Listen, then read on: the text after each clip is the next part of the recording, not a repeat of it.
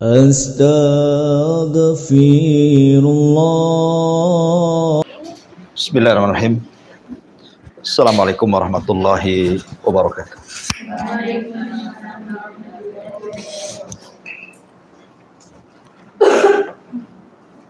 Alhamdulillah wassalatu wassalamu ala Rasulillah wa ala alihi wa sahbihi wa mawalah wa la hawla wa la quwata illa billahi wa ba'du. Yang mana laki-lakinya kok pada nggak ada nih? Baik, langsung saja untuk menyingkat waktu karena waktu juga sangat singkat dan dua pertemuan kita libur. Saya minta maaf karena juga kondisi kesehatan. Kita masuk pada bab ma jaa fi dzabhi li ghairillah. Bab apa-apa yang datang dari Al-Quran dan Sunnah tentang hukum menyembelih kepada selain Allah Subhanahu wa ta'ala. Di sini mu'allif rahimahullahu ta'ala masih menjelaskan tentang contoh-contoh kesyirikan. Dan termasuk daripada syirkul akbar, syirik besar adalah menyembelih kepada selain Allah Subhanahu wa ta'ala.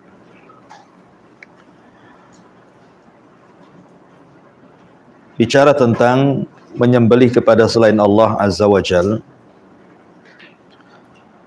Jadi penyembelihan itu ada dua macam ya. Penyembelihan itu ada dua macam. Jadi adzabhu, penyembelihan itu ada dua macam ya. Ada yang disebut dengan kebiasaan, ada yang disebut dengan ibadah ya. Jadi kebiasaan ini ma'ruf ya. Seperti umpamanya kita menyembelih ayam, kambing atau yang semacamnya untuk dikonsumsi. Untuk dikonsumsi ataupun untuk menjamu tamu. Nah, itu namanya kebiasaan. Dan hukumnya mubah-mubah saja. Selama menyembelihnya membaca basmalah. Ini disebut namanya kebiasaan. Dan bukan ini yang dibahas oleh pengarang kitab ini. Tapi yang sedang dibahas ini adalah penyembelihan yang sifatnya ibadah. Ya. Dan penyembelihan yang sifatnya ibadah ini artinya memang menyembelih binatang itu diserahkan kepada Allah Subhanahu wa ta'ala. Contoh umpamanya kurban ya. Kurban, kemudian akikah, kemudian hadiyu dalam haji ya, hadiyu, kemudian contohnya nazar ataupun fidyah. Nah ini 5 perkara ini disebut penyembelihan ibadah namanya ya. Pertama kurban. Jadi orang berkurban itu apa tujuannya? Untuk Allah. Berarti kurban itu ibadah yang kurban yang sifatnya ibadah. Kemudian akikah. Orang punya anak, kemudian menyembelih seekor kambing. Akikah itu bagian daripada ibadah. Berarti penyembelihan akikah itu adalah penyembelihan ibadah karena Waalaikumsalam, diserahkan kepada Allah Subhanahu wa ta'ala. Termasuk hadiyu. Hadiyu itu bagi orang yang haji, baik haji tamattu ataupun haji qiran yang menggabungkan umrah dengan haji, itu ada penyembelihan yang disebut dengan hadi.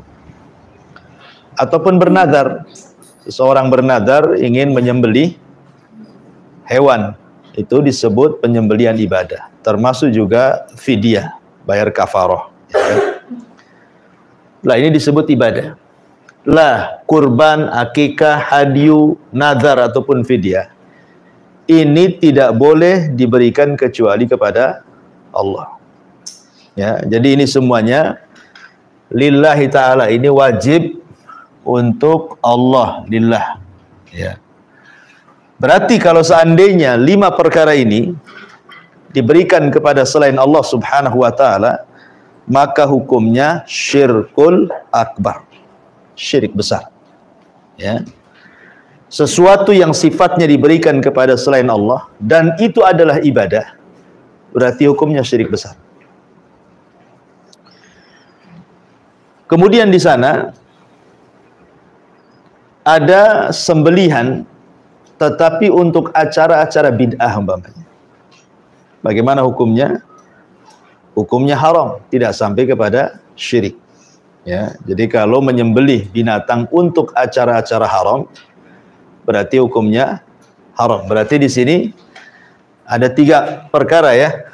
Ada yang sifatnya untuk lillah, untuk Allah. Berarti penyembelihannya ibadah. Ya. Kalau diberikan kepada li ghairillah, kepada selain Allah, maka syirkun akbar. Ya. Kalau untuk acara-acara bid'ah, berarti hukumnya haram. Ya. Ini rincian soal penyembelihan kepada selain Allah Subhanahu wa ta'ala. Baik, kita masuk pada dalilnya. Allah Subhanahu wa ta'ala berfirman di sini dalam surah Al-An'am ayat 162 dan sampai 163. Qul inna salati wa nusuki wa mahyaya wa mamati lillahi rabbil alamin. Katakan ya Muhammad, sesungguhnya salatku, wa nusuki, nusuk ini memiliki 2 makna. Ada yang mengatakan ibadah, ya, ada yang mengatakan kurban. Jadi bisa diartikan sesungguhnya salatku dan ibadahku. Tetapi kebanyakan ahli tafsir mengatakan nusuk di sini artinya kurban. Sesungguhnya salatku dan kurbanku, penyembelihanku. Wa mahyaya wa mamati, serta hidupku dan matiku, lillahi, diserahkan kepada Allah, Rabb, pemelihara semesta alam. Pendalilannya di sini mu'alif rahimahullahu taala menggabungkan dua ibadah di sini ya. Qul inna salati wa nusuki, berarti ada 2 ibadah. Pertama ibadah salat, ya. Tuh lihat ya. Kemudian yang kedua nusuk, artinya kurban. Ketika Allah gabungkan antara salat dan nusuk, kalau salat ibadah badan, ibadah badan ya. Kalau nusuk ibadah mal, harta.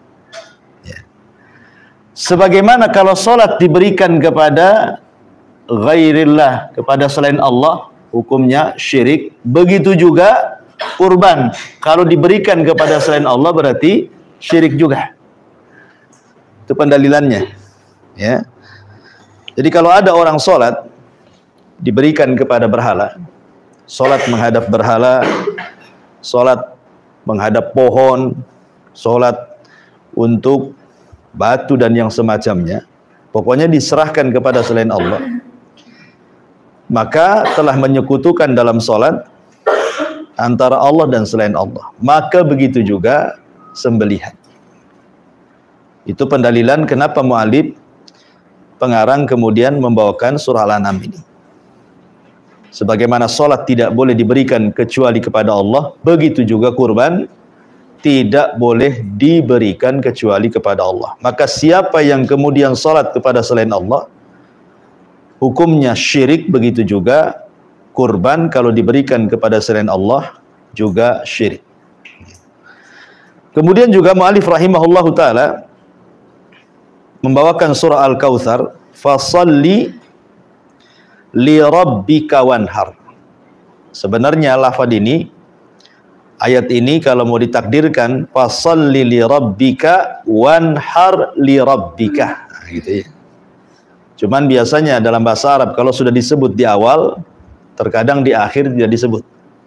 Jadi kalau mau ditampakkan itu lafadznya fasalli li rabbika wanhar li rabbika, gitu maksudnya.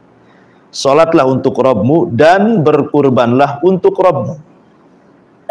Di sini ada penggabungan juga antara salat dan kurban. Ketika kemudian dua ibadah ini digabungkan dalam satu waktu setelah salat Id, kemudian langsung kurban, itu kan digabungkan namanya. Ketika kurban ini digabungkan dalam satu waktu dengan salat, menunjukkan ibadah kurban ini ibadah luar biasa. Sebagaimana salat dikatakan li rabbika untuk Rabbmu, wanhar, maka kurban pun tidak boleh diberikan kecuali kepada Allah juga, kepada Rabb kita. Ini juga sama pendalilannya surah Al-An'am dengan surah Al-Kautsar. Taib. Bicara soal penyembelihan, ada beberapa poin di sini. Pertama, seseorang menyembelih dengan menyebut nama Allah. Seseorang menyembelih menyebut nama Allah. Kemudian diniatkan karena Allah juga. Jadi ketika menyembelih baca basmalah. Kemudian niatnya juga karena Allah. Untuk memuliakan tamu, untuk akikah, untuk kurban, kan itu. Maka inilah disebut dengan sembelihan tauhid. Ya, halal. Kemudian yang kedua, menyembelih membaca basmalah. Dia ketika motong itu betul-betul baca bismillah, tetapi diniatkan kepada selain Allah. Dia baca basmalah, tapi niatnya untuk selain Allah. Umpamanya dia ingin memberikan sesajen kepada pohon yang dikeramatkan. Ketika menyembelih ayam dia baca basmalah, tetapi untuk sesajen. Nah, itu ya. Maka sembelihan ini jatuhnya haram, walaupun ketika menyembelih baca basmalah, karena niatnya diberikan kepada selain Allah. Ini yang kedua. Yang ketiga, menyembelih tanpa membaca basmalah. Menyembelihnya tidak pakai basmalah, main sembelih saja. Tetapi tujuannya lillah, karena Allah. Tujuannya karena Allah, untuk tamu, untuk akikah, untuk kurban, gitu ya. Maka ini pun tetap haram. Walaupun niatnya untuk Allah, tapi karena tidak membaca basmalah, maka tidak boleh dimakan sembelihannya. Kemudian yang keempat, ini yang paling parah, sudah tidak menyebut nama Allah, diberikan pula kepada selain Allah. Ini dah kuadrat namanya, ya kan? Sudah tidak baca basmalah, diniatkan pula untuk sesajen, maka double dosanya, makin haram ya, haram di atas haram lagi.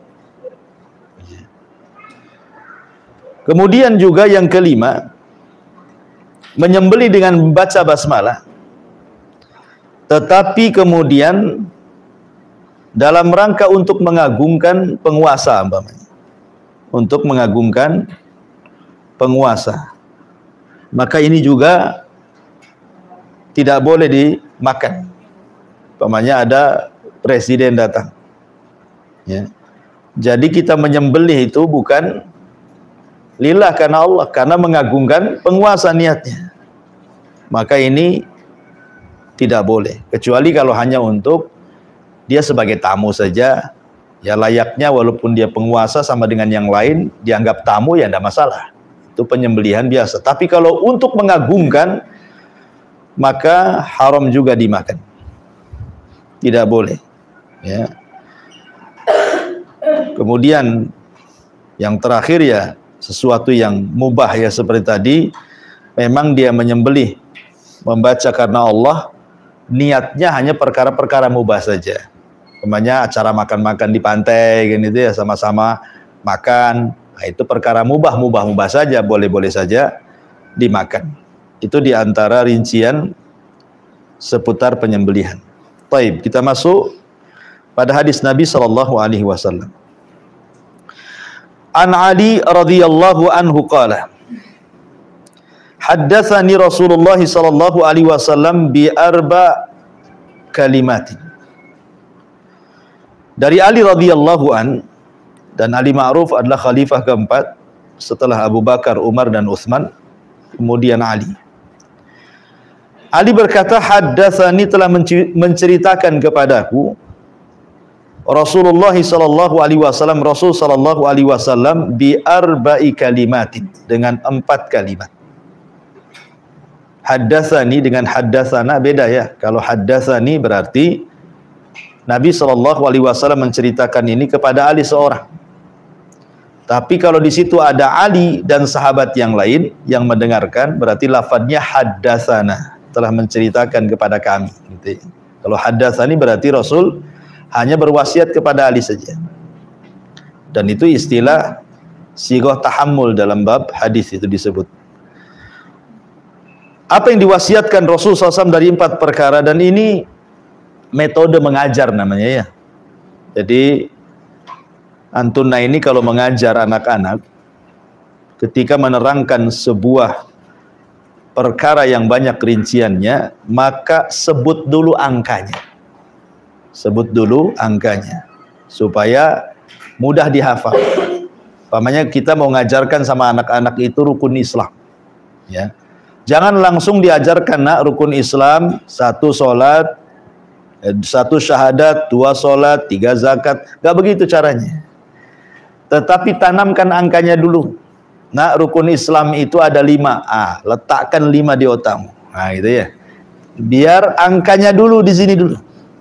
Baru setelah angkanya hafal, baru dirinci 1, 2, 3. Begitu metode Nabi. Nah, di sini Nabi SAW menanamkan angka dulu di sini kepada Ali. Ya, bahwa Rasul sallallahu alaihi wasallam berwasiat kepada Ali tentang 4 kalimat. Nah, angkanya dulu diletakkan di kepala Ali, baru dirinci. Apa itu? Pertama, la'anallahu man dzabaha li ghairillah. Semoga Allah melaknat orang yang menyembelih kepada selain Allah. La'anallahu man la'ana walidayhi. Semoga Allah melaknat orang yang mencela atau melaknat kedua orang tuanya. Yang ketiga, la'anallah man awa muhditha. Semoga Allah melaknat orang yang melindungi muhditha. Muhditha itu memiliki 2 makna. Pertama, ahli maksiat ataupun ahli bid'ah. Kemudian yang keempat, la'anallahu man ghayyara manaral ardi. Semoga Allah Subhanahu wa taala melaknat yang merubah-rubah manaral ardi. Manaral ardi itu ada 3 penafsiran. Pertama, maksudnya batasan tanah haram. Yang kedua, maknanya manaral ardi ini orang yang mengganggu orang di jalan, seperti para perompak gitu ya. Tapi pendapat yang kuat, manaral ardi adalah batas tanah. Jadi kita punya tanah di sini, kemudian tetangga punya tanah, kemudian kita ambil 1 jengkal tanah tetangga, itu namanya manarul ard. Allah melaknat orang yang mengambil tanah orang lain, gitu maksudnya. Ini yang banyak diartikan para ulama. Perhatikan di sini, dari 4 laknat ini, Nabi SAW mendahulukan apa? Mendahulukan menyembelih kepada selain Allah. Kenapa demikian? Karena menyembelih kepada selain Allah itu hukumnya syirik. Ya. Adapun mencela orang tua, melindungi orang ahli maksiat, ataupun mengambil tanah orang, ini tidak sampai syirik. Ini namanya dosa besar yang sifatnya haram, tidak boleh. Jadi Rasul ingin mendahulukan yang dosanya lebih besar dulu, gitu ya. Baru di bawahnya. Makanya didahulukan kesyirikan dulu. Dan ketika kita dapati dalam sebuah hadis ataupun dalam ayat Al-Qur'an ada kalimat-kalimat laknat, berarti menunjukkan bahwa dosa itu adalah dosa besar. Bagaimana caranya tahu bahwa sebuah dosa itu dikatakan dosa besar? Salah satunya kalau didahului dengan laknat. Ya, setiap dosa yang didahului dengan laknat, ketahuilah dosa itu dosa besar. Ketika di sini Allah Subhanahu wa taala campur adukan, Rasulullah SAW mencampur adukan antara hukum syirik dengan yang selain syirik, menunjukkan bahwa dosa besar tidak mesti syirik. Dosa besar itu tidak mesti kesyirikan, bisa juga dalam bentuk maksiat. Ya, karena di sini tidak semua syirik di sini. Ya, pertama saja Allah melaknat orang yang menyembelih kepada selain Allah. Ini baru syirik. Ya. Tapi yang tiga ini bukan kesyirikan, tetapi sifatnya keharaman. Barang mencela orang tua haram, tidak syirik kan itu ya. Kemudian melindungi ahli maksiat tidak syirik. Ya. Haram dia, atau mengambil tanah hukumnya haram. Dari sini menunjukkan bahwa dosa besar itu bisa bentuknya syirik, bisa bentuknya maksiat. Ya. Dan didahulukan oleh Nabi SAW melaknat orang yang menyembelih kepada selain Allah, menunjukkan bahwa dosa syirik itu di atas dosa maksiat. Nah gitu ya, dosa syirik itu di atas dosa maksiat. Baik, kita rinci, la'anallah. Semoga Allah melaknat. Apa sih arti laknat itu? Laknat itu secara bahasa artinya at-tardu wal istibad, artinya mengusir dan menjauhkan. Itu secara bahasa. Tapi secara istilah laknat itu artinya at-tardu min rahmatillah atau al-ibtiad min rahmatillah. Mengusir dari rahmat Allah atau dari menjauhkan orang dari rahmat Allah dan didekatkan dengan azab. Karena lawan rahmat azab. Ya. Berarti kalimat laknat adalah menjauhkan, mendoakan orang itu dijauhkan daripada rahmat. Ya. Laknat lawannya rahmat. Gitu ya. Dan didekatkan dengan azab. Orang-orang yang dilaknat itu dekat dengan azab dan jauh daripada rahmat. Man dzabaha li ghairillah, yang menyembelih kepada selain Allah. Artinya setiap ibadah yang tidak boleh dilakukan kecuali kepada Allah, kemudian dipalingkan kepada selain Allah, maka sifatnya syirkul akbar, syirik besar. Kalau memang ibadah itu ibadah khusus yang diberikan kepada Allah, walaupun sedikit diberikan kepada selain Allah, tetap syirkul akbar, syirik besar. Ya. Jadi menyembelih kepada selain Allah adalah syirik besar. Seperti menyembelih kepada untuk jin, untuk syaitan, untuk malaikat, ya. Walaupun untuk malaikat nggak boleh, karena malaikat selain Allah. Untuk nabi, ya, apalagi untuk pohon, untuk berhala, makin parah lagi. Maka siapapun yang memalingkan ibadah penyembelihan kepada selain Allah, maka jatuh kepada syirik besar. Kemudian di sini la'anallahu man la'ana walidayhi. Allah melaknat orang yang melaknat kedua orang tua. Saya kira sedikit ya orang yang melaknat kedua orang tua. Jarang lah, walaupun ada juga yang anak yang kurang ajar melaknat kedua orang tua. Lalu maksudnya apa di sini? Semoga Allah melaknat orang yang melaknat kedua orang tua itu. Maksudnya, sebagaimana mengatakan, ya, melaknat kedua orang tua itu ada yang sifatnya secara langsung, ada yang sifatnya tidak secara langsung, tetapi lewat orang. Kalau secara langsung ya jelaslah anak menghina orang tuanya, mencaci maki orang tuanya, itu secara langsung ya. Tapi ada juga tidak secara langsung, tapi lewat orang. Ketika kita mencela orang tua orang lain, maka orang lain yang kita cela orang tuanya mencela orang tua kita. Gitu ya. Oh, dasar orang tuamu maling, umpamanya. Nanti dia mencela orang tua kita. Oh, orang tuamu lebih parah lagi, garong. Nah, kan itu ya. Jadi itu namanya mencela lewat lisan orang, kan itu. Nah, itu maksudnya dalam hadis ini. Kemudian yang nomor 3, la'anallah man awa muhditsa. Semoga Allah Subhanahu wa taala melaknat orang yang melindungi muhdits. Muhdits itu ahli maksiat. Ya. Pamannya seorang pengacara.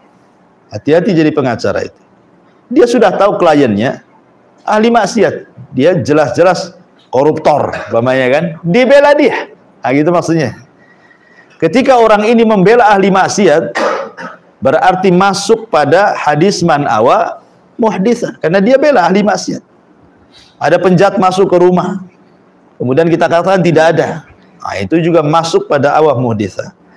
Ataupun makna yang kedua, muhdits ini ahli bid'ah artinya. Dengan cara apa? Dengan cara umpamanya menyebarkan kebid'ahannya atau menolong kebid'ahannya. Itu masuk pada awah muhditsa juga.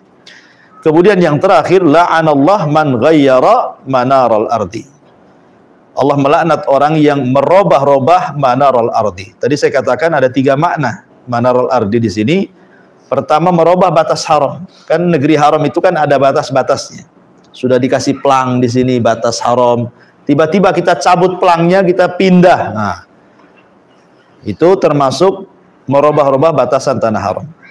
Atau manaral ardi di sini artinya yang menakut-nakuti orang di jalan, seperti para pencuri, para perampok, ya kan, para perompak. Nah, itu juga masuk pada manaral ardi. Tetapi kebanyakan para ulama mengatakan bahwa manaral ardi di sini artinya batas tanah. Umpamanya Anda punya sawah di sini juga ada sawah. Dicangkulinya galengan sawah itu makin lebar, ya kan? Nah, itu ngambil galengan namanya. Akhirnya orang susah jalan karena diambil. Atau kita punya rumah berseberangan dengan tetangga. Kita pagar tuh rumah itu. Tetapi batasnya kemudian ngambil walaupun 1 jengkal, kata Rasulullah, itu sudah cukup kemudian digantungkan atau dikalungkan di lehernya 7 lapis bumi ke bawah. 1 jengkal, gimana kalau 1 kapling? Gimana kalau 1 hektar kan gitu ya? Maka ini bahaya orang yang mengambil batas-batas tanah orang lain. Syahidnya di sini adalah la'anallahu man dzabaha li ghairillah. Barang Allah melaknat orang yang menyembelih kepada selain Allah. Kemudian hadis yang terakhir yang dicantumkan mu'alif di sini. An-Tariq ibn Shihab. An-Tariq ibni Shihabin. Dari Tariq ibn Shihab. Anna Rasulullah sallallahu alaihi wasallam qala, bahwa Nabi sallallahu alaihi wasallam bersabda, Dakhalal jannata rajulun fi dubabin wa dakhalan nara rajulun fi dubabin. Qalu kaifa dzalika ya Rasulullah? Qala marra rajulani ala qaumin lahum sanamun la yajuzuhu ahadun hatta yuqarriba lahu syai'a. Faqalu li ahadihima qarrib. Qala laisa indi syai'un uqarrib.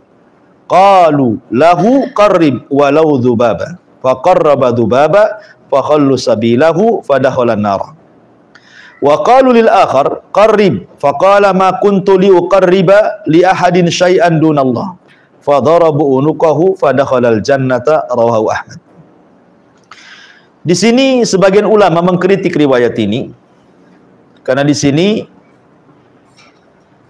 pertama di sini bahwa riwayat ini adalah riwayat yang mauquf.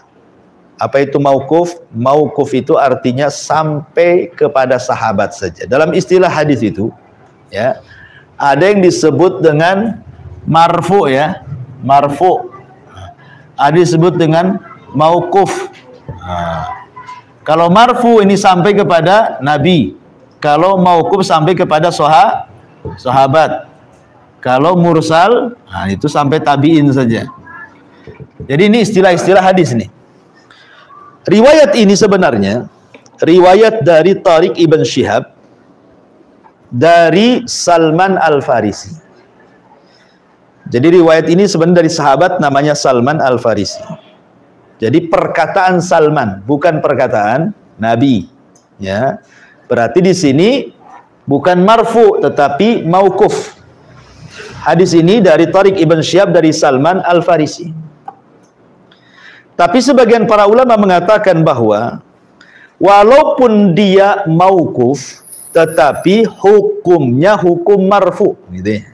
Walaupun dia mauquf ucapan Salman, bukan ucapan Nabi, tapi karena isinya cerita pahala dan isinya cerita ancaman, tidak mungkin sahabat bicara soal pahala dan ancaman. Pasti dia mendapatkan dari Nabi, kan gitu ya. Berarti walaupun ucapan Salman dan itu sifatnya mauquf, berarti istilah muhaddis itu, istilah berarti mauqufun ala hukmil marfu. Gini ya. Mauquf tetapi dihukumi marfu namanya ya. Walaupun ucapan sahabat tetapi hukumnya marfu sampai kepada Nabi. Kenapa? Karena ini persoalan pahala, ya kan? Dan persoalan ancaman. Bukan main-main, ya. Ini satu pendapat. Pendapat yang kedua, ini bukan ucapan Nabi. Memang murni ini ucapan Salman Al-Farisi. Kenapa? Karena Salman Al-Farisi itu sebelum menjadi sahabat Nabi, jadi seorang muslim, dia kan majusi dulunya. Majusi kan, bapaknya majusi. Kemudian keluar dari agama majusi, masuk ke Nasrani. 3 kali dia masuk ke 3 gereja. Ya, masuk ke 3 gereja kan. Pendetanya meninggal di gereja pertama. Kata pendeta ini, cari di gereja sana. Ya. Belajar lagi gereja sana, mati lagi pendetanya.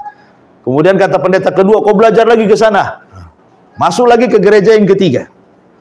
Baru yang terakhir pendeta mengatakan kepada Salman, ini tahun kenabian. Ya, kalau kau ingin berjumpa dengan Nabi, berangkatlah ke daerah yang banyak pohon kurmanya, maksudnya Madinah. Artinya Salman pernah belajar ke 3 pendeta di 3 gereja.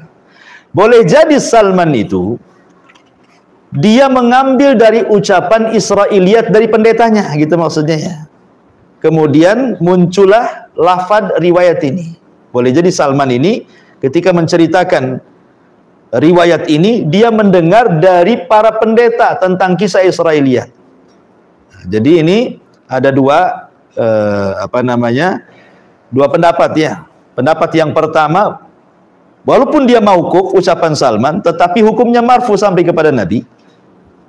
Kemudian yang kedua, ini bukan ucapan Nabi, tapi Salman menukil dari perkataan pendeta dari kisah Israiliyat. Nah, gitu ya. Jadi itu menurut rincian ulama tentang riwayat ini. Secara lafaz kita lihat, kita artikan dulu. Nabi SAW bersabda, dakhalal jannata rajulun fi dzubab. Ada seorang laki-laki masuk surga karena seekor lalat. Dzubab jamannya dubban ya. Mufradnya dzubab. Seorang laki-laki masuk surga karena lalat dan seorang laki-laki masuk neraka karena lalat. Gara-gara lalat orang bisa masuk surga, gara-gara lalat orang bisa masuk neraka. Gitu ceritanya. Gimana? Ini kan aneh nih bahasa seperti ini. Masa gara-gara lalat orang masih masuk surga, yang satu bisa masuk neraka? Makanya ditanyakan bagaimana itu? Ya. Maka kemudian Nabi SAW bersabda, marra rajulani ala qaumin lahum sanam. Jadi 2 orang laki-laki sedang safar. Ketika dia safar itu, dia tidak ada jalan lain kecuali harus melewati sebuah desa. Ya.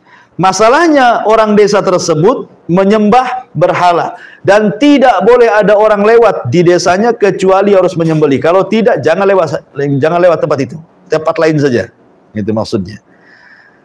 Maka lewatlah salah seorang di antara mereka, marra rajulani ala qaumin lahum sanam la yajuzuhu ahadun, tidak boleh lewat siapapun hatta yuqarriba lahu syai'an, sampai dia berkorban untuk berhala itu, walaupun sesuatu yang kecil.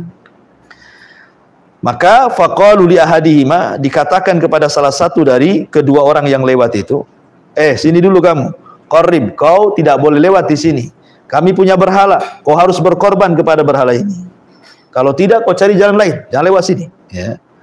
Karena tidak ada jalan kecuali lewat situ, terpaksalah dia harus berkorban. Masalahnya dia tidak punya uang untuk membeli kurban. Makanya dia mengatakan laisa indi syai'un uqarrib. Aku tidak punya binatang yang untuk saya korbankan. Saya kan seorang musafir. Ya. Maka kemudian kata orang kampung itu, qarrib walau dzubaba. Kamu harus tetap menyembelih walaupun kau harus menangkap seekor lalat. Akhirnya ditangkaplah lalat, kemudian disembelih di depan berhalanya, fa khallu sabilahu, dia pun dilepas. Boleh kau jalan sana karena kau sudah menyembelih. Ya. Kemudian yang nomor 2, orang kedua lewat lagi kawannya, sama pertanyaannya, qarrib walau dzubaba. Kamu pun harus menyembelih walaupun seekor lalat. Tetapi dia mengatakan, ma kuntu li uqarriba li ahadin syai'an dunallah. Tidak, aku tidak akan berkorban walaupun seekor lalat kalau ditujukan kepada selain Allah. Yang satu menyembelih kepada berhala, yang satu tidak mau menyembelih kecuali kepada Allah. Fa darabu unuqahu. Maka dia pun kemudian dipenggal lehernya, kemudian mati, fadakhalal jannah, dan Allah takdirkan masuk surga. Yang satunya kemudian meninggal juga di jalan dan Allah masukkan ke neraka. Ya. Di sini ada iskal, ada hal-hal yang rancau gitu ya. Bagaimana kemudian orang yang menyembelih kepada berhala dengan seekor lalat kok dimasukkan ke neraka, padahal dia dalam kondisi dipaksa. Kan dipaksa. Kamu tidak boleh lewat sini. Kalau kamu tidak menyembelih, saya bunuh kamu. Terpaksa dia nyembelih lalat kan kepada berhala. Kenapa bisa masuk neraka? Dia kan mengerjakan karena terpaksa. Contoh namanya kasus di zaman Nabi. Di zaman Nabi itu ada seorang sahabat namanya Ammar ibn Yasir. Ammar ibn Yasir menyaksikan bagaimana Sumayyah ibundanya ditusuk kemaluannya dengan tombak oleh Abu Jahal sampai mati. Kemudian bapaknya Yasir diikat, juga ditusuk dadanya sampai Abu Jahal sampai mati. Ammar ini menyaksikan dua orang tuanya dibunuh di hadapannya oleh Abu Jahal. Kemudian Abu Jahal, karena Ammar masih kecil, maka Ammar pun mau dibunuh juga. Ya. Kalau engkau tidak memuji Lata dan Uzza, ya, dan tidak keluar dari agama Muhammad, saya akan bunuh juga. Namanya anak-anak ketakutan.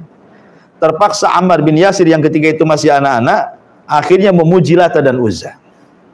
Memuji Lata dan Uzza ini kesyirikan. Ya kan? Sahabat mencela Ammar dan mengatakan sungguh hilang pahalanya. Tapi kemudian turun ayat, illa man ukriha wa qalbuhu mutmainnun bil iman. Ammar ibn Yasir tidak salah. Kenapa? Karena dia mengucapkan terpaksa, kalau tidak dibunuh Abu Jahal.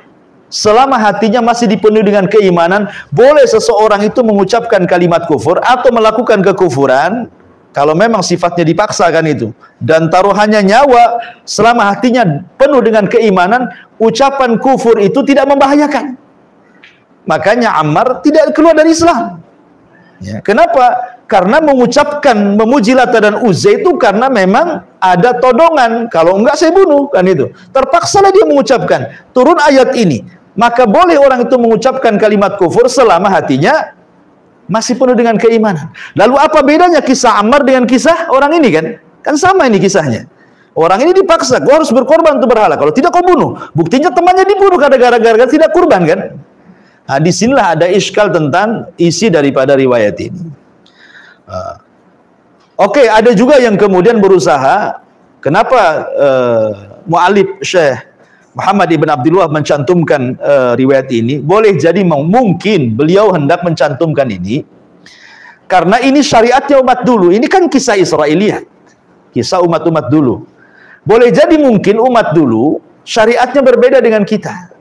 Mungkin umat dulu itu walaupun mereka dipaksa, gitu ya, walaupun mereka dipaksa gitu, tetap mereka masuk neraka gitu ya. Kalau dalam Islam kan tidak, kalau dipaksa mengucapkan kalimat kufur kan nggak masuk neraka. Boleh jadi ini cerita tentang umat dulu gitu maksudnya. Ya, bahwa tidak ada uzur walaupun mereka dipaksa. Nah, ada juga yang kemudian memasukkan maknanya seperti itu. Hadis tentang Salman Al-Farisi, seorang laki-laki masuk neraka dan seorang laki-laki masuk surga karena seekor lalat. Tetapi syahidnya di sini adalah, lihat, yang dilihat korban di sini bukan masalah besar kecilnya kan, bukan cerita kambing yang disembelih, bukan cerita unta, lalat. Ya kan? Ini kan cerita lalat. Lalat itu binatang yang tidak ada darahnya. Dipites saja kepalanya udah keluar darah. Ya. Jadi bukan masalah kecil besarnya. Masalahnya dia berikan kepada selain Allah, itu masalahnya. Ya. Karena niat itu bisa membesarkan yang kecil, bisa mengecilkan yang besar. Ini urusan syirik ini jangan main-main gitu maksudnya ya. Makanya di sini menyembelih kepada selain Allah itu sangat bahaya. Walaupun seekor lalat bisa menyebabkan orang masuk neraka. Nah, bisa dipahami ya. Nah, itu riwayat yang dicantumkan mu'alif rahimahullah ta'ala. Taib, ini bab pertama selesai. Kita masuk pada bab selanjutnya. Kita singkat-singkat saja. Bab la yudhbah lillah bimakanin yudhbahu fihi li ghairillah. Di sini ada bab tidak boleh menyembelih karena Allah. Tidak boleh menyembelih karena Allah di tempat yang disembelih padanya kepada selain Allah. Apa maksudnya? Tidak boleh menyembelih walaupun karena Allah kalau tempat itu digunakan untuk acara-acara penyembelihan kepada selain Allah. Itu maksudnya. Taib.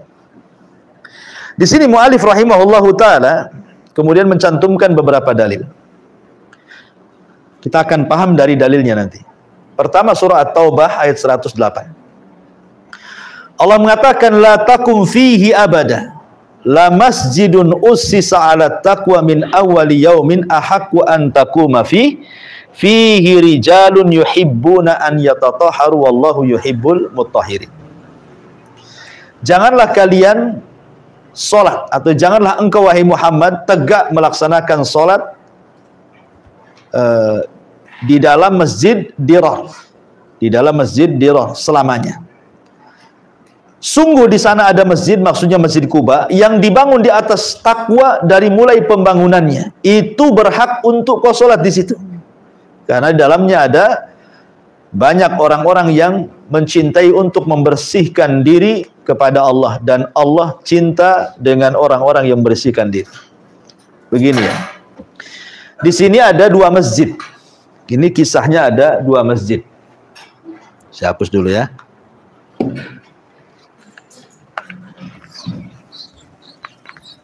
Ini tak bisa dihapus. Ini spidol permanen ya. Oke. Apa-apalah. Di sini ada masjid ya. Dua ya. Ada Masjid Dirar, ada Masjid Kuba. Nah, ini ceritanya ada dua masjid. Pertama Masjid Dirar, yang kedua Masjid Kuba. Masjid Kuba ini adalah masjid yang pertama kali dibangun Nabi. Nabi ketika hijrah dari Mekah ke Madinah, singgah di Kuba sebelum masuk kota Madinah. 3 hari di Kuba, Rasul membangun pondasi Masjid Kuba. Tidak sampai selesai, kemudian ditinggal. Kemudian oleh orang Kuba diselesaikan. Inilah masjid pertama yang dibangun Nabi, Masjid Kuba. Baru setelah itu Rasul membangun Masjid Nabawi, ya, masjid Nabinya. Lah Masjid Kuba ini masjid yang pertama dibangun kaum muslimin.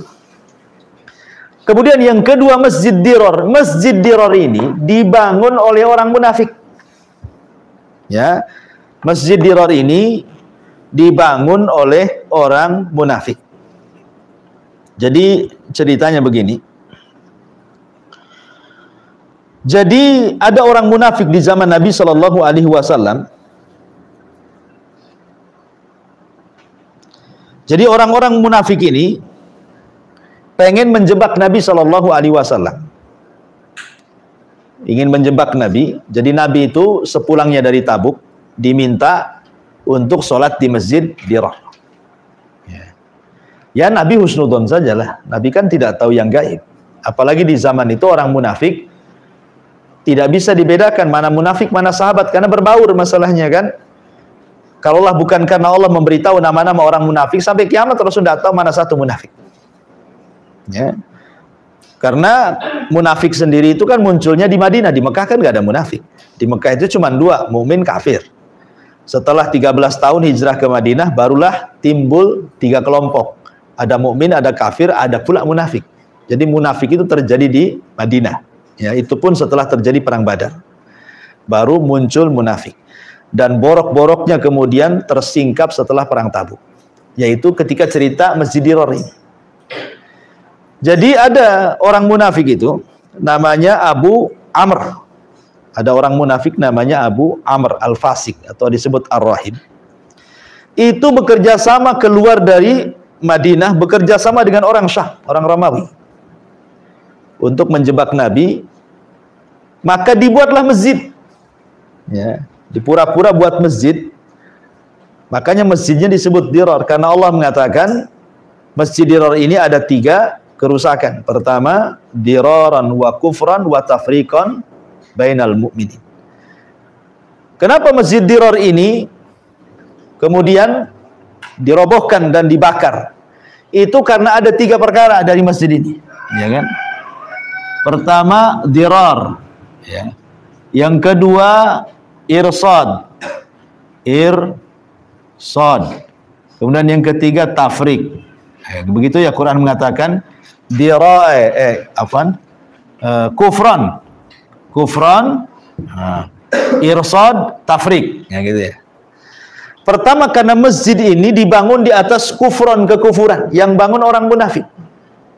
Dan orang munafik itu sama dengan kafir. Maksudnya munafik keyakinan ya, bukan munafik amal ya. Kalau munafik amal tidak kafir. Bicara dusta itu amal namanya.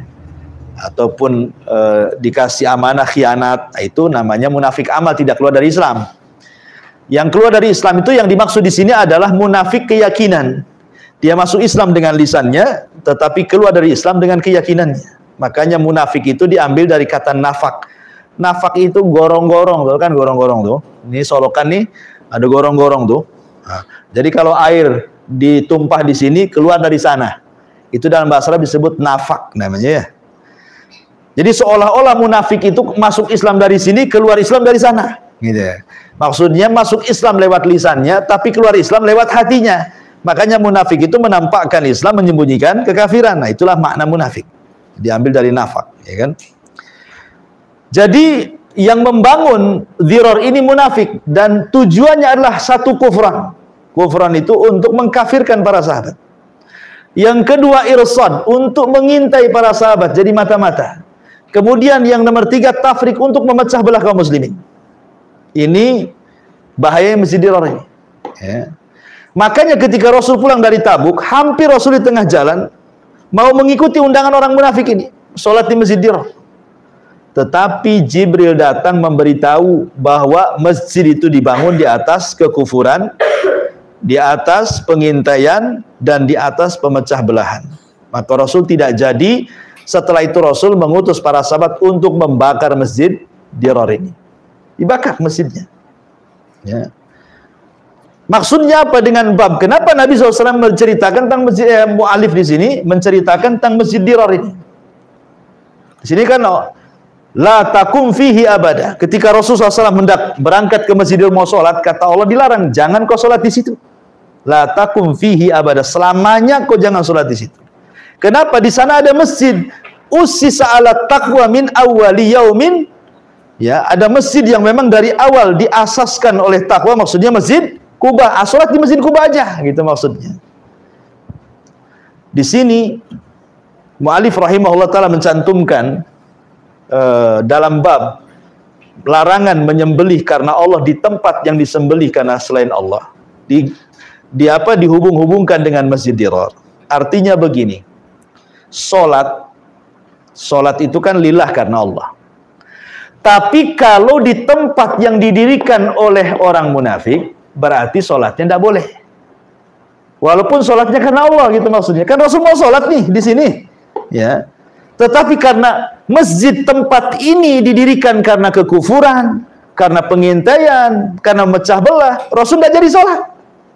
Akhirnya Rasul pulang, justru menyuruh untuk membakar masjid ini. Walaupun sholatnya itu karena Allah, kalau di tempat yang tidak pas, tetap tidak boleh, gitu maksudnya. Jadi dikiaskan soal penyembelihan juga sama. Walaupun menyembelihnya karena Allah, Tapi kalau di tempat yang di situ ada kesyirikan, tidak boleh nyembelih di situ. Itu maksudnya, bisa dipahami ya. Nah, itu pendalilannya mu'alif rahimahullah ta'ala di sini. Perhatikan di sini untuk lebih jelasnya riwayat Thabit ibn Dhahak. An Thabit ibn Dhahak radhiyallahu an qala nadhara rajulun an yanhara ibilan bibuanata. Fasa'ala an-nabiyya sallallahu alaihi wasallam. Fasa'ala an-nabiyya sallallahu alaihi wasallam. Jadi dari Thabit ibn Dhahak dia mengatakan seorang laki-laki bernadar, hendak bernadar untuk menyembelih seekor unta di satu tempat namanya Buana. Tempat itu disebut Buana.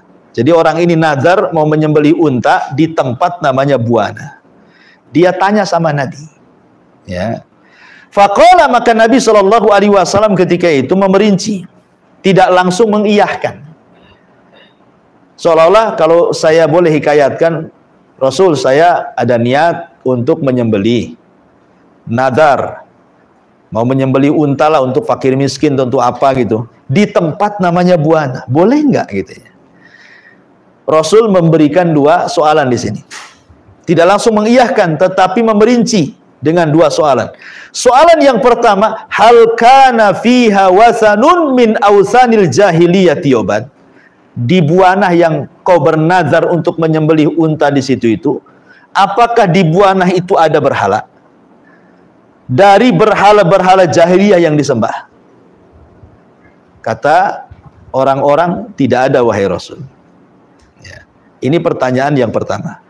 Pertanyaan yang kedua, fahal kana fiha idun min a'yadihim. Apakah di Buana itu pernah diadakan acara-acara kesyirikan? Acara-acara yang biasa dilakukan orang-orang musyrik di situ, ya. Qalu, mereka mengatakan tidak wahai Rasul. Maka Rasul mengatakan ufi binadri, kalau gitu laksanakan nadarmu, fa innahu la wafa'a li nadrin fi maksiatillah wala fi ma la yamlik ibnu Adam. Karena tidak boleh melakukan nadar dalam rangka bermaksiat kepada Allah atau nazar dengan sesuatu yang tidak dimiliki anak Adam. Lihat dua pertanyaan di sini ya. Pertama, soal ada nggak berhala di situ? Yang kedua soal, ada nggak perayaan orang musyrik di situ? Ya. Berarti kalau ada satu dari dua perkara atau dua-duanya ada, berarti tidak boleh nazar di situ, walaupun nazarnya ibadah, ya kan? Menunjukkan bahwa tempat itu mempengaruhi kepada sembelihan. Contoh lebih detail lagi. Pamannya antuna ke pasar, pengen beli ayam, kan ayam kan disembelih lain dengan ikan, kan? Ikan nggak disembelih, kan dipotong-potong, ya. Yang disembelih itu ayam, sapi, kambing gitu ya. Ya. Tiba-tiba kemudian ada yang jual toko di situ. Ya. Tiba-tiba kemudian di situ ada berhala. Berhala di situ ya, yang disembah oleh pemilik toko itu. Berarti secara hukum di sini tidak boleh antun membeli ayam di tempat yang ada berhalanya, gitu maksudnya. Walaupun yang jual anggaplah orang muslim. Ya. Nah, pas ditanya orang mana, orang Padang pula dia. Kan identitasnya muslim kan itu. Umpamanya, walaupun dia orang muslim, tapi kalau tempatnya ada berhala, tidak boleh beli di situ, itu maksudnya. Ya.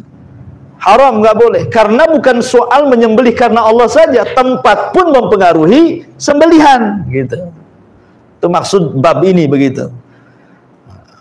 Jadi ada dua perkara, kalau kita mau membeli itu tempat itu ada berhalanya tidak, atau tempat itu ada nggak perayaan, memang nggak ada berhalanya, tapi dibuat perayaan syirik di situ, tetap nggak boleh kita itu menyembelih atau membeli daging di situ. Bagus cari tempat lain saja, kan banyak. Masalahnya Ustaz, beda 2.000 di sini dengan di sana. Itu lain lagi ceritanya. Gara-gara 2.000 pulang bawa bangkai, buat apa kan gitu ya? Mendingan kan pulang bawa daging, walaupun lewat 2.000. Jelas ya. Nah, di sini mu'alif rahimahullahu taala ingin mengatakan sampai kepada tempat mempengaruhi sembelihan. Ya. Jadi inilah pentingnya belajar tauhid supaya kita ini membeli daging itu betul-betul daging, bukan pulang bawa bangkai. Ya. Sebab kalau kita masih membeli di tempat yang berhalanya, berarti kan haram dimakan. Jadi nggak daging lagi, jadi bangkai jadinya. Nah, jadi lihat bagaimana kesyirikan itu mempengaruhi hukum makan daging. Nah, jadi inilah pentingnya belajar tauhid, bab la yudbah lillah bimakanin yudbahu fihi li ghairillah. Taib, sampai di sini kita singkat-singkat saja karena 2 pertemuan nggak ngaji kan. Nah, nggak usah lebar-lebar lah. Masuk pada bab ketiga. Bab minasyirki, an-nadhru li ghairillah. Bab termasuk kesyirikan. An-nadhru bernadar li ghairillahi ta'ala, kepada selain Allah subhanahu wa ta'ala. Ya. Baik, ma'asyiral muslimin wal muslimat, ikhwan akhwat yang dimuliakan Allah subhanahu wa ta'ala. Nazar itu ada 7 bentuk. Ya, nazar itu ada 7 bentuk.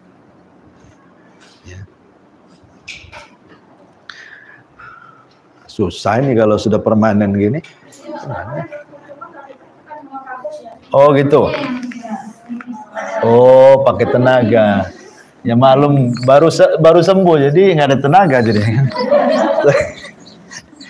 Oke.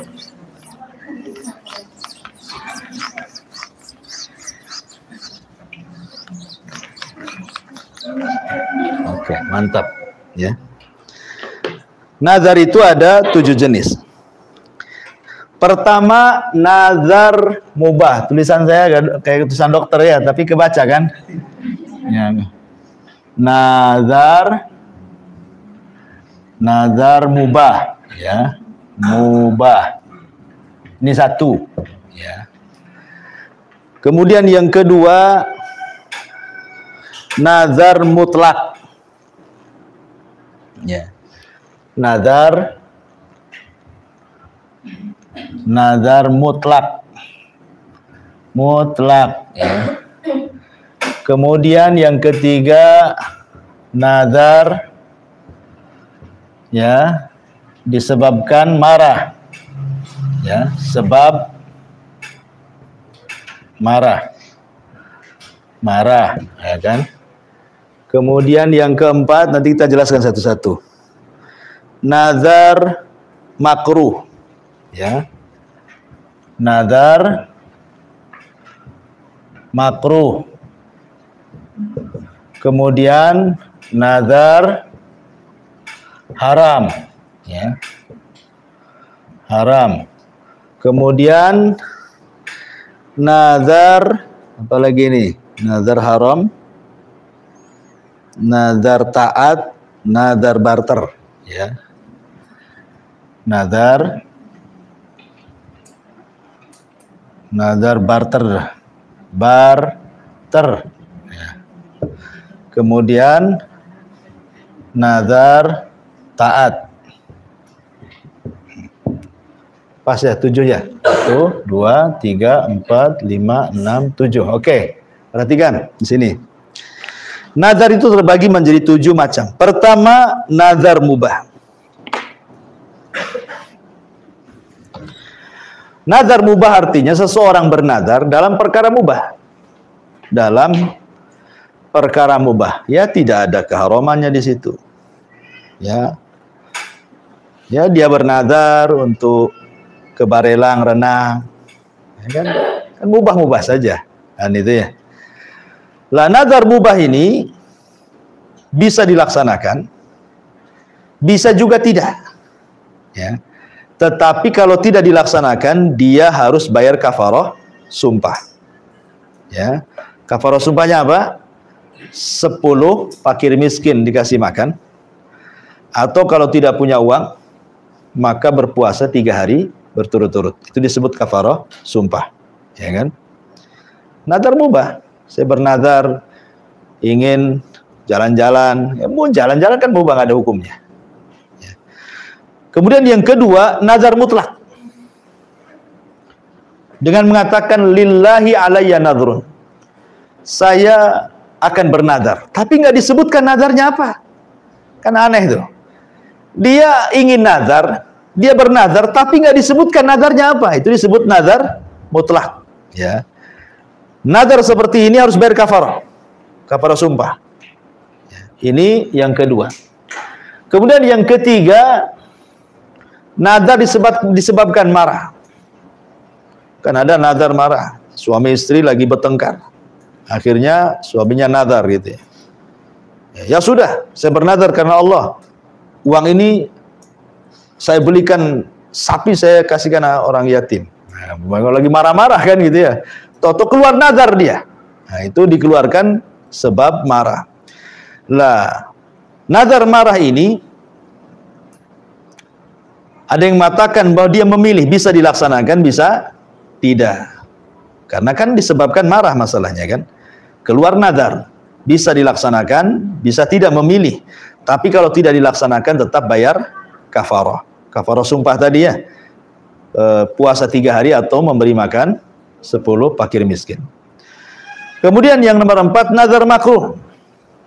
Seperti dia bernazar makan dengan tangan kiri, kan? Nazar makan dengan tangan kiri, ya kan? Ya, makruh. Atau umpamanya seorang laki-laki nazar ingin menceraikan istrinya. Itu makruh, ya. Maka nazar makruh ini tidak wajib dilaksanakan tetapi bayar kafarah. Karena nggak boleh melaksanakan makruh. Tapi harus bayar kafarah dia. Ya, kafarah sumpah. 10 orang miskin kasih makan, atau kalau tidak puasa 3 hari berturut-turut. Kemudian yang keempat, nazar haram. Seperti umpamanya nazar durhaka dengan orang tuanya. Nazar ingin mencuri. Bernazar ingin berzina. Bernazar ingin korupsi. Itu nazar haram, ya.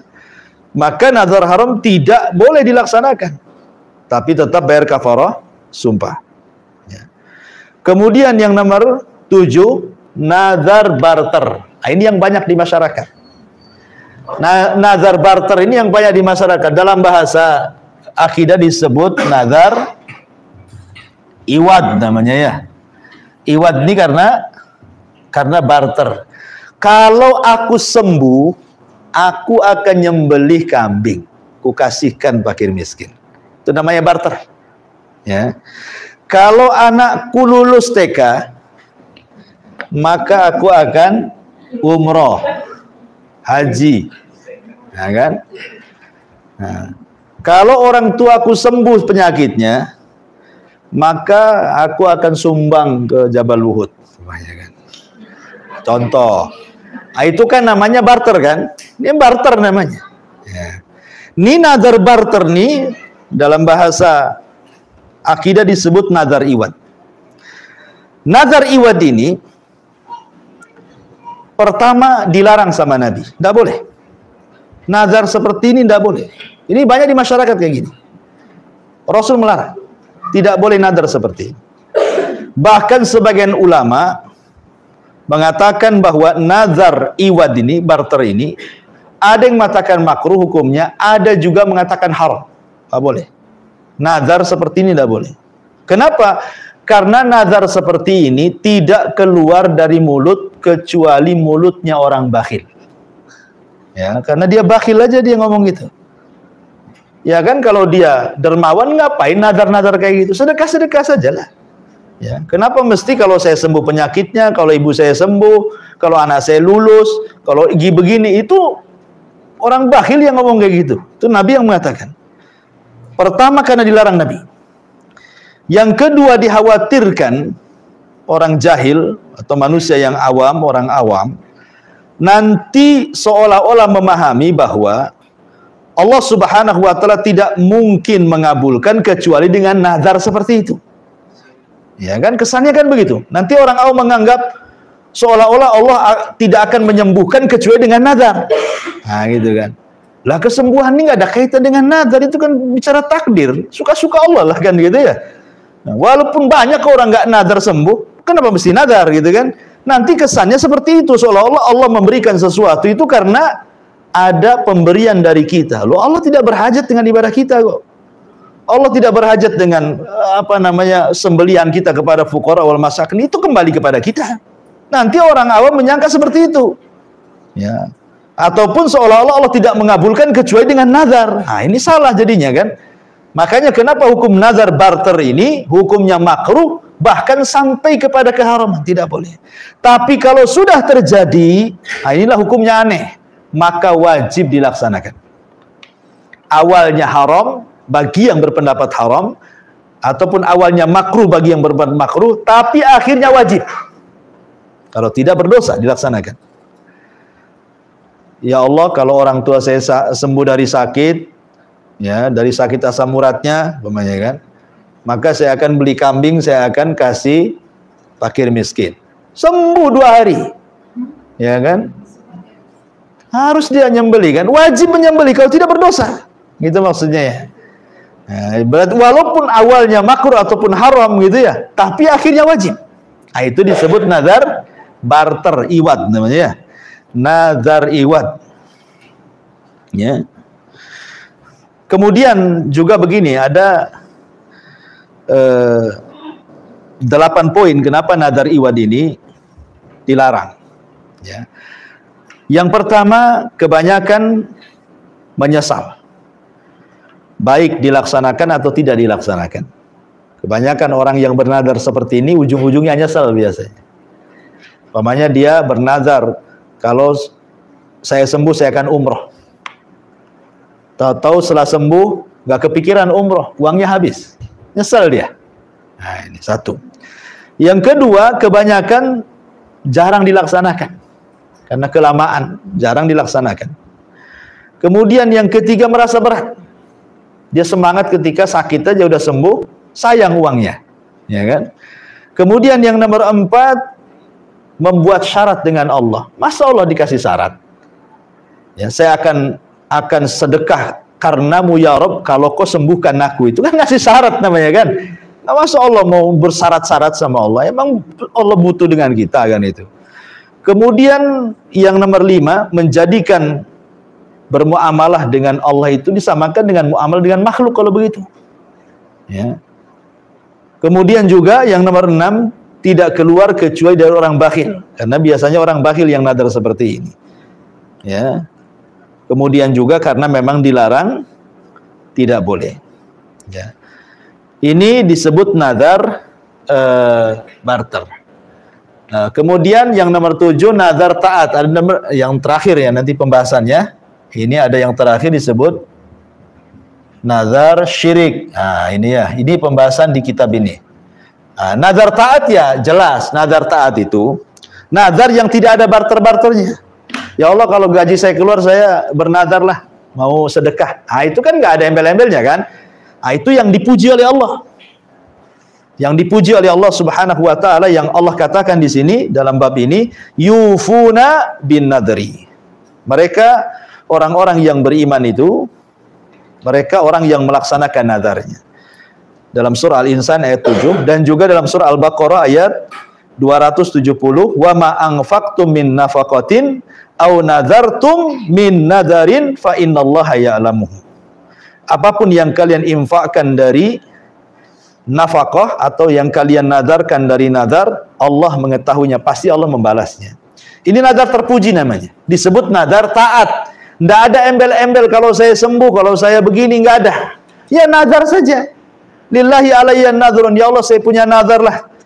Ya kalau saya punya duit, ya saya mau inilah, nah, mau menyembelih seekor kambing, saya akan undang anak-anak yatim ke rumah. Nah, kan itu kan nggak ada embel-embel yang lain kan? Inilah nadar yang terpuji. Lah yang kita bahas nadar yang nomor 8 yang terakhir, nah inilah nadar syirik. Nadar syirik itu tidak boleh. Seperti umpamanya ada kuburan, ya seseorang bernazar meletakkan emasnya, meletakkan peraknya, meletakkan uangnya untuk pemilik kuburan.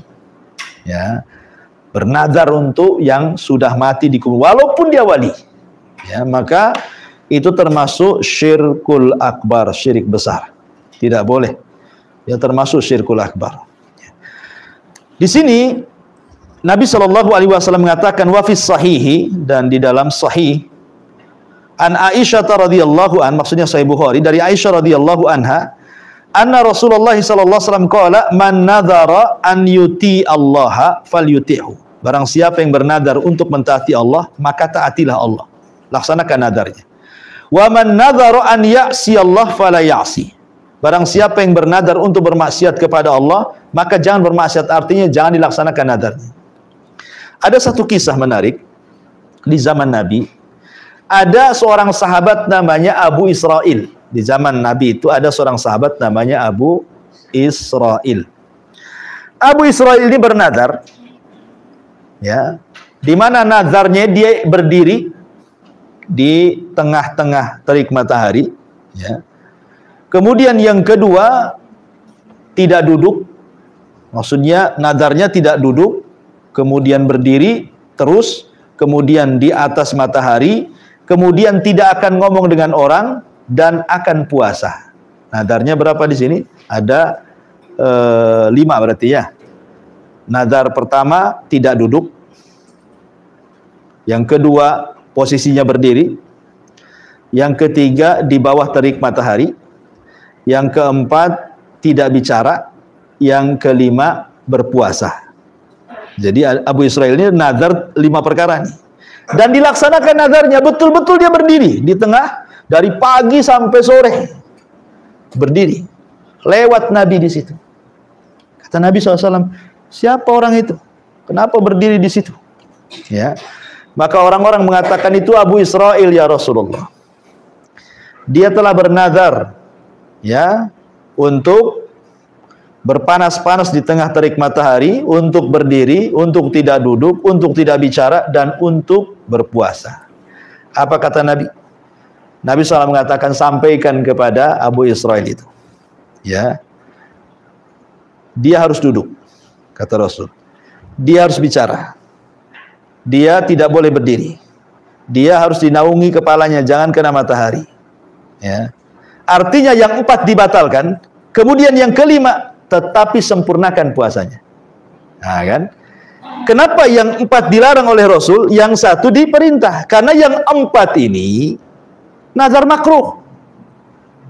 Berdiri di atas matahari ini makruh hukumnya. Kan itu ya? Tidak bicara dengan orang, tidak bicara sampai kepada zikir pun tidak. Ini makruh hukumnya. Karena yang nomor 4 ini tidak berkaitan dengan ibadah. Makanya dilarang sama Nabi. Batalkan yang 4, sempurnakan yang 1. Maksudnya puasa. Makanya Rasul mengatakan, barang siapa yang bernazar untuk mentaati Allah, taati. Tapi barang siapa yang bernazar untuk bermaksiat, maka jangan dilaksanakan. Ya, jadi nazar itu hanya bisa dilaksanakan karena melaksanakan ketaatan. Lah kalau nazar kesyirikan, ingat, nazar syirik itu dua-duanya tidak boleh dilaksanakan. Pertama, tidak bayar kafarah. Yang kedua, tidak boleh dilaksanakan. Kalau syirik loh. Nazar yang isinya kesyirikan, ingat, tidak boleh dilaksanakan. Yang kedua, tidak ada kafarah. Tetapi dia wajib istighfar, bertobat. Karena kafarahnya percuma. Tidak membandingi dosa syiriknya. Nggak ada kafarah-kafarahnya. Ya, jadi khusus nazar syirik, yang terakhir, kalau dia bernazar dan di situ terjerumus kepada kesyirikan nazarnya, berarti tidak boleh dilaksanakan nazarnya. Yang kedua, tidak ada kafarah, tapi yang ketiga gantinya dia harus bertobat kembali mengucapkan syahadat. Dia keluar dari Islam. Ya. Syirik besar. Keluar dari Islam, dia harus masuk Islam lagi, beristighfar. Ya, bertobat kepada Allah Subhanahu wa ta'ala. Ini bab yang ketiga. Paham ya? Paham lah ya, saya kan pelan-pelan ngomongnya. Ya. Kemudian bab yang keempat. Lanjut. Ya. Bab minasyirki al-isti'adzatu bi ghairillah. Bab termasuk kesyirikan. Al-isti'adzatu. Isti'adzah itu meminta perlindungan bi ghairillah kepada selain Allah Subhanahu wa ta'ala. Ya. Baik, saya hapus dulu. Al-isti'adzah itu, isti'adzah kalau ada is dalam bahasa Arab artinya tolab, meminta. Isti'adzah itu terbagi menjadi 4. Isti'adzah itu terbagi menjadi 4. Pertama, ya, meminta perlindungan. Ada 4 macam ya, ada 4 macam. 1, ya, meminta perlindungan kepada Allah. Kepada Allah. Ini dianjurkan jelas. Karena Quran banyak yang memerintahkan untuk berlindung kepada Allah. Qul a'udzu birabbil falaq. Qul a'udzu birabbin nas. Itu kan disuruh kita berlindung kepada Rabb Falak, Rabb manusia, artinya berlindung kepada Allah memang anjuran. Ini tauhid, ya. Ini hukum asalnya berlindung. Yang kedua, ya, meminta perlindungan al-isti'adzah kepada selain Allah, ya, kepada selain Allah, ya, pada perkara yang boleh. Nah, maka ini hukumnya mubah, ya. Jadi meminta perlindungan kepada selain Allah pada perkara yang boleh dilakukan, ya. Maka ini hukumnya boleh-boleh saja. Dahulu ada seorang wanita Mahzumiyah, kalau nggak salah ya, lupa saya. Di zaman Rasul ada seorang wanita Mahzumiyah mencuri. Ada seorang wanita mencuri di zaman Nabi. Sampailah kabar tentang pencurian seorang wanita ini kepada Nabi. Akhirnya diputuskan untuk dipotong tangan. Karena hukuman pencuri kan dipotong tangan kan itu ya. Akhirnya kemudian wanita ini datang kepada Ummu Salamah.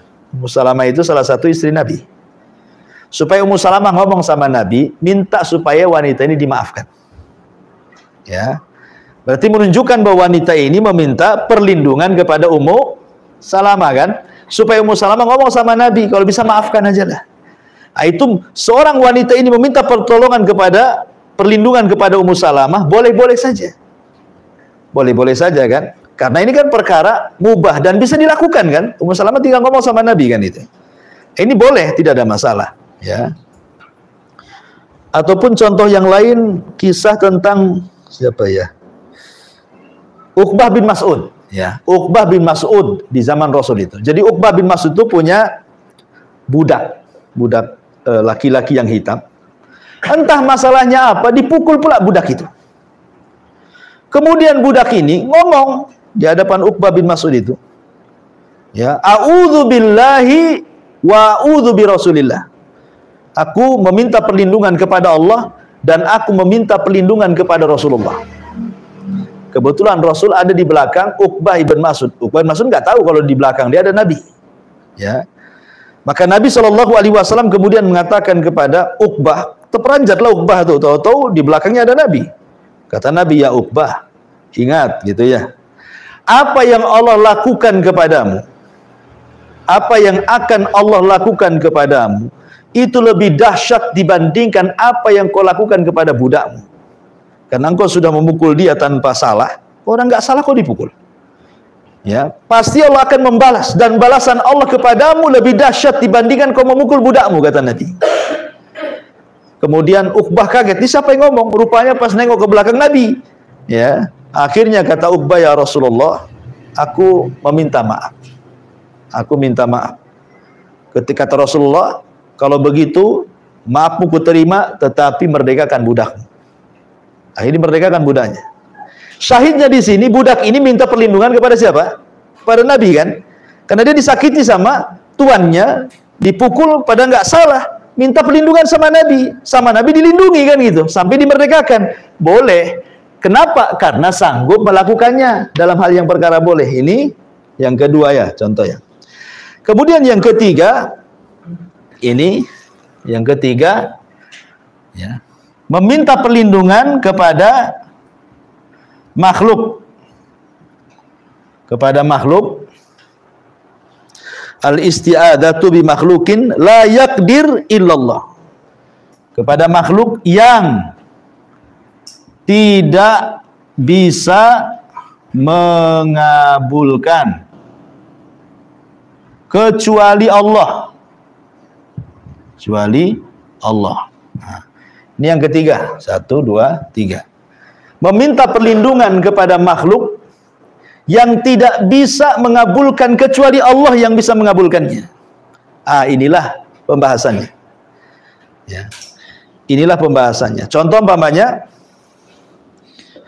orang minta perlindungan kepada syaitan, kepada jin, ya kan? Datang ke dukun. Nah, itu kan meminta sesuatu yang bukan ranah dia. Kan ada orang datang ke dukun umpamanya minta perlindungan.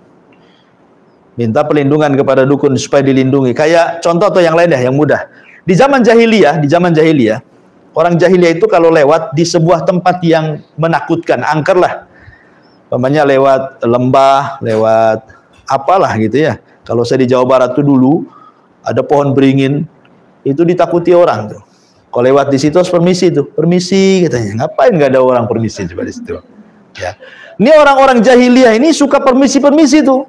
Maka orang jahiliyah dia mengatakan ya kepada menyebut-nyebut orang yang penunggu lembah itu dengan mengatakan ya sayyidi hadzal wadi katanya.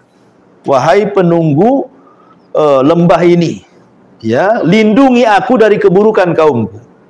Jadi itu memang tradisi jahiliyah seperti itu. Mereka kalau lewat di sebuah tempat, takut kalau tempat itu kemudian membahayakan dia, maka dia minta supaya jangan diganggu. Nah, gitu ya. Nah, ini kesyirikan. Ya. Karena tempat itu enggak, siapa namanya tempat? Emangnya ada apa di situ? Kalau bukan karena mungkin dia keyakinan ada jinnya kan di situ. Intinya dia sedang meminta perlindungan kepada jin kan itu. Lah ini namanya syirik, nggak boleh. Nah, inilah masuk pada yang ketiga. Meminta perlindungan kepada makhluk yang tidak mampu kecuali Allah. Atau datang ke kuburan, ya ke kuburan. Dan ini yang ketiga ya. Yang ketiga, yang keempat, yang terakhir di sini berarti kepada mayat atau orang gaib. Nah, gaib sama, tidak bisa mengabulkan kecuali Allah. Ya, yang keempat ini. Pemain datang ke kuburan wali atau kuburan siapa gitu kan. Minta pula di situ, saya sudah kawin 7 tahun tak punya anak katanya kan. Minta anak di kuburan coba kan. Ya. Yang minta pula belum kawin, gimana mau dikasih? Enggak, maksudnya begini. Jadi sesuatu yang itu rububiyah Allah, khususan Allah, memberikan anak kan Allah yang kasih. Jangan kemudian kita minta ke kuburan. Penghuni kuburan itu sudah sibuk di bawah kuburan tuh, nggak mungkin mendengarkan doa kita juga. Walaupun dengar pun nggak mungkin mengabulkan. Nah, makanya kalau seandainya meminta perlindungan kepada mereka, sesuatu yang dia tidak sanggup untuk mengabulkan perlindungannya, maka itu masuk pada syirik besar. Berarti di sini ada 2 yang bicara syirik ya. Yang nomor 3 dan nomor 4. Meminta perlindungan kepada makhluk yang tidak bisa kecuali Allah saja yang bisa melindungi, ataupun meminta perlindungan kepada orang yang sudah mati atau orang gaib, orang yang nggak tahu di mana. Tiba-tiba minta perlindungan, dia orang yang nggak tahu di mana gitu. Nah, itu juga masuk dalam kategori syirik. Nah, ini bab minasyirki al-isti'adzatu bi ghairillah. Bab termasuk kesyirikan meminta perlindungan kepada selain Allah Azza wa Jalla. Baik, kita baca dalilnya. Firman Allah Subhanahu wa taala, "Wa annahu kana rijalun minal insi ya'udzuna birijalin minal jinni fazaduhum rahaqa." Dan ada sebagian laki-laki dari kalangan manusia meminta perlindungan kepada sebagian laki-laki dari kalangan jin, maka jin itu menambah kekufuran. Ya, jadi ada yang mengatakan bahwa ada orang yang bekerja sama dengan jin untuk sebuah kekufuran, tiba-tiba jin yang diajak kerjasama itu masuk Islam. Dan orang yang dari kalangan manusia yang meminta bantuan kepada jin tidak tahu kalau jin yang diminta bantuan itu sudah masuk Islam. Dia masih tetap kufur saja gitu maksudnya ya. Nah, turunlah ayat ini. Ceritanya begitu. Jadi ada manusia bekerja sama dengan jin. Jin yang diajak kerjasama itu sudah masuk Islam dan dia tidak tahu, tapi dia tetap di atas kekufuran. Turunlah ayat wa annahu kana rijalun minal insi ya'udzuuna birijalin minal jinni fazaduhum rahaqa. Dan ini kalau dikembangkan maka cerita soal dunia perdukunan kan, karena dunia perdukunan mereka lah orang-orang yang senantiasa minta pertolongan dan perlindungan kepada bangsa jin. Taib. Kemudian hadis yang di sini dalil yang kedua, an Haulah bintu Hakim radhiyallahu anha, dari Haulah bintu Hakim. Haulah bintu Hakim ini adalah satu-satunya wanita yang turun satu surat kepadanya. Satu surat full itu turun kepada Haulah bin Hakim. Surat apa itu? Surat Mujadilah. Ya. Surah Mujadilah itu turun kepada seorang sahabiah namanya Haulah bintu Hakim. Haulah bintu Hakim ini seorang wanita berakal.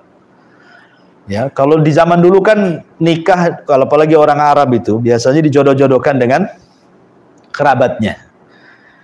Dan orang dulu, jangankan di Arab, ya, di tempat kita saja, zaman bahula gitu ya.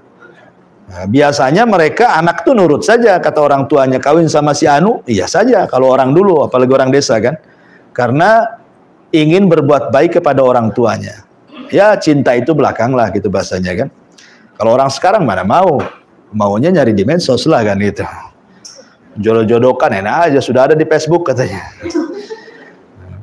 Jadi Haulah bin Hakim dijodohkan, rupanya laki-laki yang dijodohkan itu kurang akalnya. Ya, jadi akalnya kurang. Kemudian pemarah gitu ya. Dan tidak tampan, ya. Hitam biasa gitu ya. Sementara si Haulah bintu Hakim ini orangnya cantik gitu. Tapi karena dijodohkan, kawin juga, punya anak juga. Nah, ceritanya. Setelah punya anak banyak, tiba-tiba suaminya mengatakan kepada Haulah, karena sebuah kasus namanya kurang akal, marah-marah, mengucapkan kalimat talak ala jahiliyah, antika dhahri ummi, engkau seperti punggung ibuku. Ini kalimat dihar. Menurut orang jahiliyah talak sebelum ayat dihar turun. Baru ayat dihar turun, tidak dianggap talak, tapi dihar. Dia harus bayar kafarah. Kafarah dihar namanya. Kalimat antika dhahri ummi, dalam bahasa jahiliyah zaman itu adalah kalimat talak. Menangislah Haulah bintu Hakim, lapor kepada Nabi. Rasul, suami saya ngomong begini, masa saya dianggap seperti punggung ibuku katanya. Kata Rasul, ya gimana lagi, itu kan kalimat cerai. Kamu tidak boleh hubungan dengan suamimu. Ya. Haulah bintu Hakim ini karena wanita berakal, dia tidak mau pisah. Dia mau tetap dengan suaminya walaupun agak sedikit gila, kurang akal gitu. Ya, kenapa? Karena melihat anak-anak. Nah, itulah wanita dulu dengan wanita sekarang ya. Oh, sekarang diceraikan suami yang kurang akal, baguslah cari yang berakal kan itu ya. Karena wanita sekarang kurang akal. Jadi kalau Haulah bintu Hakim ini memang dia bukan mikir suaminya, mikir anak-anaknya. Ya, karena belum tentu punya ayah yang memang benar-benar ayahnya dengan ayah bawaan kan, akan berbeda sayangnya kan. Jadi dia tetap akhirnya tiap hari datang kepada Nabi. Sampai akhirnya di situ ada Haulah, ada Nabi, ada Aisyah di situ. Aisyah nggak dengar ngomong apa Haulah dengan Nabi itu, padahal dekat jaraknya. Rupanya di situ turun surah Mujadilah. Qad sami'allahu qaulal lati tujadiluka fi zawjiha wa tashtaki ilallah ila akhiril ayat. Turunlah kepada Haulah ini surah Mujadilah. Taib. Haulah bintu Hakim ini radhiyallahu anha qalat berkata, sami'tu Rasulullah sallallahu alaihi wasallam yaqul, dia mendengar Nabi SAW bersabda, man nazala manzilan, barang siapa yang singgah di sebuah tempat, tempat itu menakutkan. Ya, umpamanya antuna baru pindah rumah gitu ya, rumah itu lama nggak pernah dikontrakkan mungkin sama orangnya. Ya, pas malam pertama rumah itu udah bocor, kemudian anjing tetangga gonggong gitu ya, malam pula gelap gitu. Ini kan tumpuk-tumpuk gitu ya, suara angin pula, sangsengnya bunyi semua. Baru pindah tuh, apa nggak merinding kan gitu. Suami pula yang punya suami tak datang-datang, ya kan? Sendiri di situ, ndak punya anak, makin stres kan itu. Mau cari lilin tak ada lilin. Ngidupin ini handphone baterai pula habis. Ya, listrik mati. Kan makin stres kan. Jadi kalau seandainya bertumpuk-tumpuk tuh di sebuah tempat kita lewat atau kita singgah menakutkan, maka Islam itu ada solusi. Solusinya apa? Biar kita tidak diganggu oleh syaitan, oleh jin. Kata Nabi, faqala a'udzu bikalimatillahi tammati min syarri ma khalaq. Cukup membaca a'udzu bikalimatillahi tammah min syarri ma khalaq. Kan enak tuh. Pindah rumah, takut banyak jinnya, baca doa ini. Tidak perlu kemudian buat acara nyembelih-nyembelih, tidak perlu. Islam tuh simpel, ya. Cukup baca a'udzu bikalimatillahi tammati min syarri ma khalaq. Apa yang terjadi? Lam yadhurrahu syai'un hatta yartahil min manzilihi dzalik. Barang siapa yang singgah di sebuah tempat yang angker, dia pun mengucapkan a'udzu, aku berlindung bikalimatillahi tammah, dengan kalimat-kalimat Allah yang sempurna, min syarri ma khalaq, dari keburukan apa yang Allah ciptakan. Lam yadhurrahu, tidak akan memadaratkan dia sedikit pun sampai dia pindah dari tempat itu. Ini janji Nabi SAW. Hadis ini sahih riwayat Muslim, ya. Dulu ada kasus kan, ada kasus kawan waktu di Surabaya itu, lagi naik motor. Jadi dari jauh itu banyak motor yang minggir di jalan. Rupanya ada razia. Jadi dia ingin menghindari razia, baca pula doa ini. A'udzu bikalimatillahi tammati min syarri ma khalaq. Kemudian nekat lewat, kena tilang pula dia. Berarti kan tidak bisa dibacakan untuk polisi. Ya, maksudnya ya. Jangan pula, polisi nggak akan lari, dia kan bukan setan. Ya, ini kan untuk setan ini maksudnya ya. Jangan dibaca ketika ada razia, tetap kena razia tuh. Baik. Jadi di sini ada 3 perkara kita bisa berlindung. Kan kalimat-kalimat Allah itu maksudnya sifat Allah.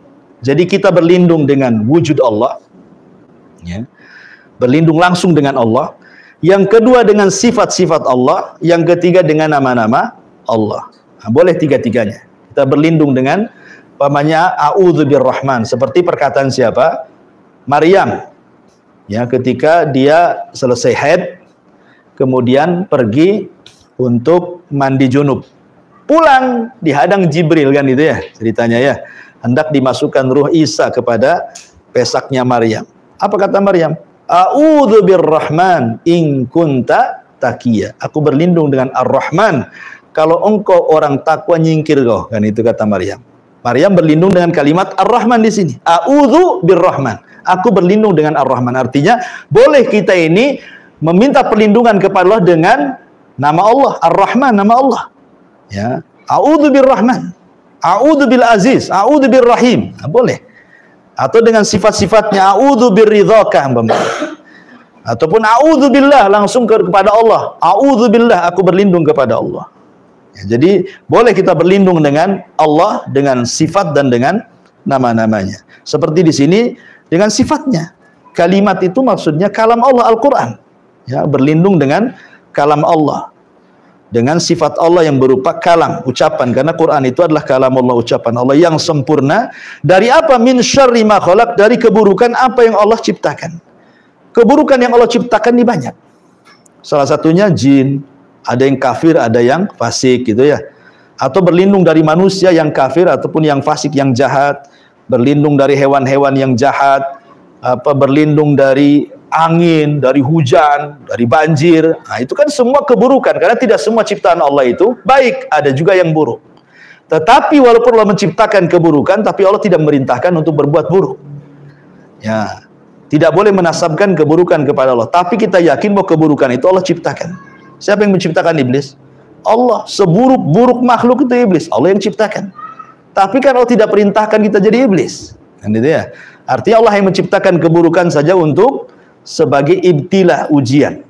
Tapi jangan kemudian dilaksanakan keburukan, karena Allah tidak memerintahkan keburukan. Allah hanya menciptakan keburukan saja. Nah, kita berlindung dari keburukan. Contoh umpamanya berlindung dari gelapnya malam. Min syarri ghasik. Min syarri ghasik. Ghasik itu kan malam hari. Kenapa? Karena biasanya malam hari itu tingkat kejahatan meninggi, karena kekuatan setan meninggi di malam hari. Ya, sihir diantar di malam hari. Orang yang merampok, mencuri di malam hari, hewan-hewan yang berbisa keluar di malam hari, termasuk juga wabah corona itu nyebar di malam hari, kan itu ya. Malam hari itu makanya kenapa disuruh istirahat di rumah, jangan keliaran. Ya. Jadi kembali bahwa di sini Nabi Shallallahu Alaihi Wasallam mengajarkan kepada kita untuk berlindung kepada Allah, jangan berlindung kepada selain Allah. Cukup kita membaca A'udzu bikalimatillahi tammati min syarri ma khalaq. Ini dijamin setan tidak akan mengganggu dia. Ya. Ini hadis ini menunjukkan bahwa kita tidak boleh berlindung kepada selain Allah. Maka siapapun yang berlindung kepada selain Allah Azza wa Jal, berlindung kepada jin, pada syaitan, berlindung kepada siapapun dari selain Allah, maka dia akan terjerumus kepada kesyirikan. Taib. Udahlah ya, kebanyakan nanti nggak masuk nanti ya. Udah berapa bab ini? 4 bab ya. Ini balas dendam nih. Taib, saya kira cukup, ada waktu. Kalau mau bertanya silahkan. Kalau ingin bertanya, ada waktu sedikit. Kalau tidak kita tutup. Ya. Kalau nanti waktu ujian itu fisiknya seperti apa? Gimana? Untuk ujian semester nanti. Untuk ujian semester. Oh. Dari penjelasan itu apa? Dari apa? Rahasia kayaknya. Enggak, apa yang di buku saja. Enggak usah yang apa yang saya jelaskan ke rinci-rinci ini, enggak perlu. Ini kan tambahan pengetahuan saja. Ya, yang penting paling dalil-dalil aja. Ya kan? Dalil sama contoh gitu saja ya. Enggak terlalu detail juga lah. Kasihan juga terlalu detail itu. Ya. Paling pertanyaannya 2 tapi mungkin jawabannya sebuku gitu. Insya Allah mudah-mudah lah, kita mudahkan nanti soalannya. Yang penting nggak keluar dari buku saja, nggak keluar dari buku. Makanya kenapa saya rekam, jadi untuk murojaah di rumah bisa didengerin pelan-pelan kan itu ya. Ya pokoknya seputar yang sudah diajarkan ya. Gimana? Soalnya? Kenapa dengan soalnya? Maunya pakai bahasa Arab atau bahasa Indonesia? Ya sudah 2 soalannya ya. Nanti 1 bahasa Arab, 1 bahasa Indonesia. Ya. Jadi ada bahasa Indonesia aja lah ya, nggak usah lah. Kalau bahasa Arab nanti pusing juga. Intinya ya bukan masalah Arab Indonesianya, intinya itu dapat ilmu. Nah, intinya dapat ilmu yang sudah saya ajarkan bisa diserap untuk diamalkan dan didakwahkan, itu aja sih. Ya, saya kira cukup. Subhanallah bihamdika. Asyhadu an la ilaha illa anta, Allahu ta'ala. Assalamualaikum warahmatullahi wabarakatuh.